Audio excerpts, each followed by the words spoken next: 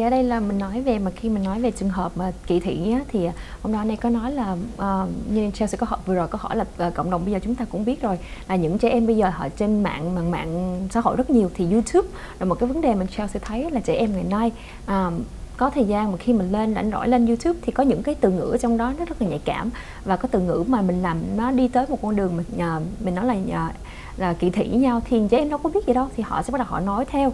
Thì ở đây là mình nên mình chỉ dạy con em mình như thế nào, thì giáo dục đây rất là quan trọng. Thì ở đây là ông Don và ông Alex đều nói hết là hai cái khi mà mình nói về giáo dục rất là quan trọng, mà mình phải dạy con em chúng ta như thế nào, rồi mình nói mình phải học hiểu cái culture của mỗi người như thế nào.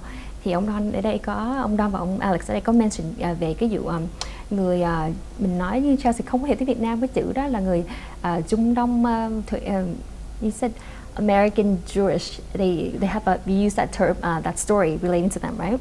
Yes. So người Jewish có nghĩa là như Chelsea biết cái từ ngữ đó thì cái gì mình không dịch ra được cho quý vị, thì quý vị nào có thể lên Google để mà translate cái chữ người Jewish.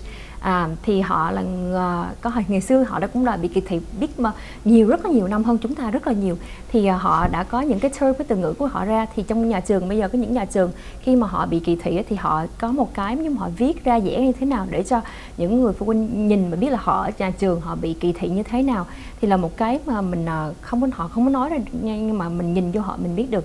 Thì ở đây có rất nhiều trường hợp trong những như Chelsea làm nhà trường thì thấy có những trẻ em họ rất là bị nhạy cảm, bị mình nói là từ cái kỳ thị mà họ có thể thành một chứng bệnh mà mình tự bế, họ bị buồn, về tới gia đình họ không biết nói như thế nào, thì chúng ta phải dạy dỗ cho con em của chúng ta như thế sau này để đừng có bị trường hợp đó. So speaking like even at school, children, students, and they starts out being being picked on because of it starts from bully to actually starts from racism and then to bully and then to depression. So there's so many people don't know. It starts out, it's not just something funny, but they don't know how the long-term effects. So can we give more examples or more stories on how it affects a child being bullied by how they look, how their race, or whatever they are? They're not, because they're not fit in one group of certain people, Sure, definitely. One other thing that I wanted to share is our agency have this human relations program that are working in different schools throughout Orange County. And our primary aim for that program is to help the school create safe and inclusive school environment. So anti-bullying, anti-racism, hostile environment, whatever it is in making students feel unsafe, we work with the school in partnership to address that. And in terms of talking and working with our students is that we have to empower them to speak up, right? And to stand up and be an upstander, or be an active bystander. So when they see bullying, or when they see harassment, or when they see racist act, they have to be able to safely speak up and teach their peers to uplifting their voice. A lot of our AAPI students population oftentimes, like the Alex mentioned, we come from a culture that's very shy in nature, right? So in that way, sometimes we let other people pick on us in a sense until you get pushed to the very last bound. Right? And sometimes educators don't understand how to help with that. So in order for us to be able to be our own advocate and an advocate for others, we have to learn the tools to speak up. And the simple tool is, if it's safe to do so, we could interrupt that behavior, the biased behavior towards us. We could ask them questions like, why do you think that way? Why do you say that? Or if that doesn't work, also educate them. My own children, being Asian American, growing up in Central Orange County, predominantly Latino, right? Part of that is going through sharing their perspective with their classmates, so they could embrace them and having them to be part of a community. That's important, but it's a small step, but it go a long way. Thank you. Thì ở đây là khi mà Chelsea hỏi về làm sao mình giúp cho con em của chúng ta, như Chelsea nói, nhà trường bắt đầu họ bị giống như bị mình nói là bị bully, rồi sau đó họ bắt đầu từ cái đó mà biến thành cái bệnh là bệnh trầm cảm. Thì như thế nào mà giúp cho con em chúng ta không có bị trong tình trạng đó? Thì ông Donny có nói là mình phải dạy cho con em chúng ta có tiếng nói mạnh dạn hơn. Thì ở trong cái mình nói là cái xã hội của chúng ta ngày nay và cũng như ngày xưa thì người Á Đông của chúng ta rất là nhỏ nhen, chúng ta không có nói nhiều về những khi mà có chuyện gì xảy ra. Chúng ta rất là, mình nói là mặc cảm, không phải là mặc cảm không mà sợ. Chúng ta có một cái nỗi mà nhiều khi chúng ta bỏ qua hết, chúng ta không có để trong lòng. Thì nhưng mà những cái chuyện đó chúng ta phải dạy cho con em chúng ta, và bản thân của chúng ta phải đứng dậy để nói. Khi mình không nói thì người ta tưởng là chuyện nhỏ, thì cái chuyện đó nhưng mà ở trong một đứa nhỏ đó không phải là chuyện nhỏ nữa, là họ bắt đầu xảy ra mà mấy cái chất tưởng tượng bắt đầu cứ đi học mà bị bully này kia, rồi về thì con em chúng ta sẽ buồn và bị trầm cảm. Thì mình phải làm như thế nào? Mình bản thân của mình là người lớn thì mình phải chỉ cho con em chúng ta phải mạnh dạn hơn như thế nào. Thì then I was saying that not just we don't just teach children how to speak up, but ourselves as an adults, we need to speak up as a whole. So now, speaking of that, how do we speak up as a whole in our community? Besides, what can we do?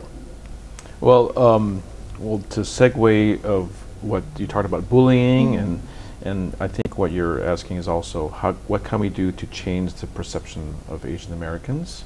And one of the things that, as I remember personally experiencing bullying when I grew up in Orange County in Westminster in Garden Grove, and it was because of, it was a small population back then, and I was being called, goop, chink, doing this, with the eyes, it affects you psychologically.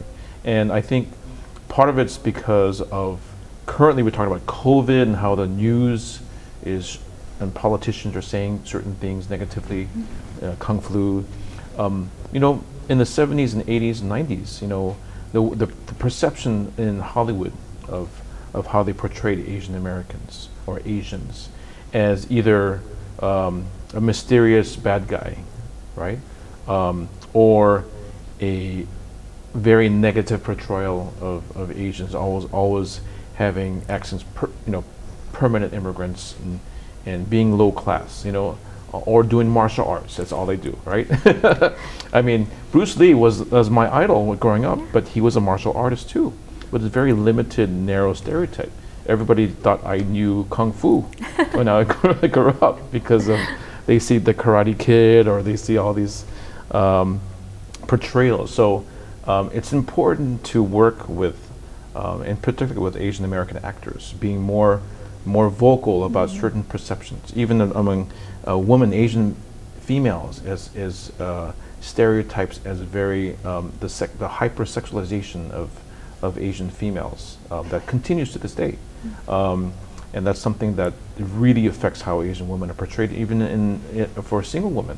And as you know, it's just the portrayal of that, and how other races see Asian women not as a human being, but as something that's other. So that's very important to really work with the Hollywood studios, television, Asian Americans, both in front of the camera and behind the camera, and also with nonprofits and with OC Human Relations, with the government, to work closely, because this is being done also in the African American community or in the Latino American community, because they've also suffered from negative portrayal. The Jewish Americans always to reinforce stereotypes. So I think things are slowly improving with more shows like Fresh Off the Boat, the Asian American Family, and shows like that. So.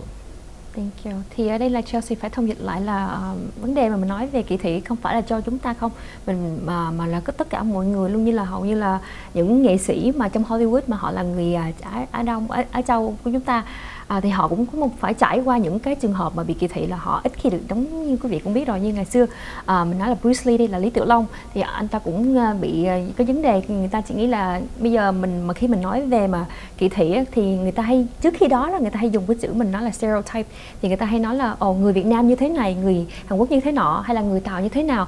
Họ cứ dùng cái tưởng họ là giống như là nói hết cho tất cả mọi người là như giống vậy đó.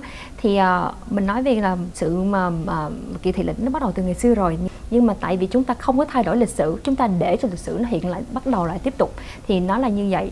Và bây giờ mình phải có một cái sự nào đó để mình giúp cho cộng đồng của chúng ta.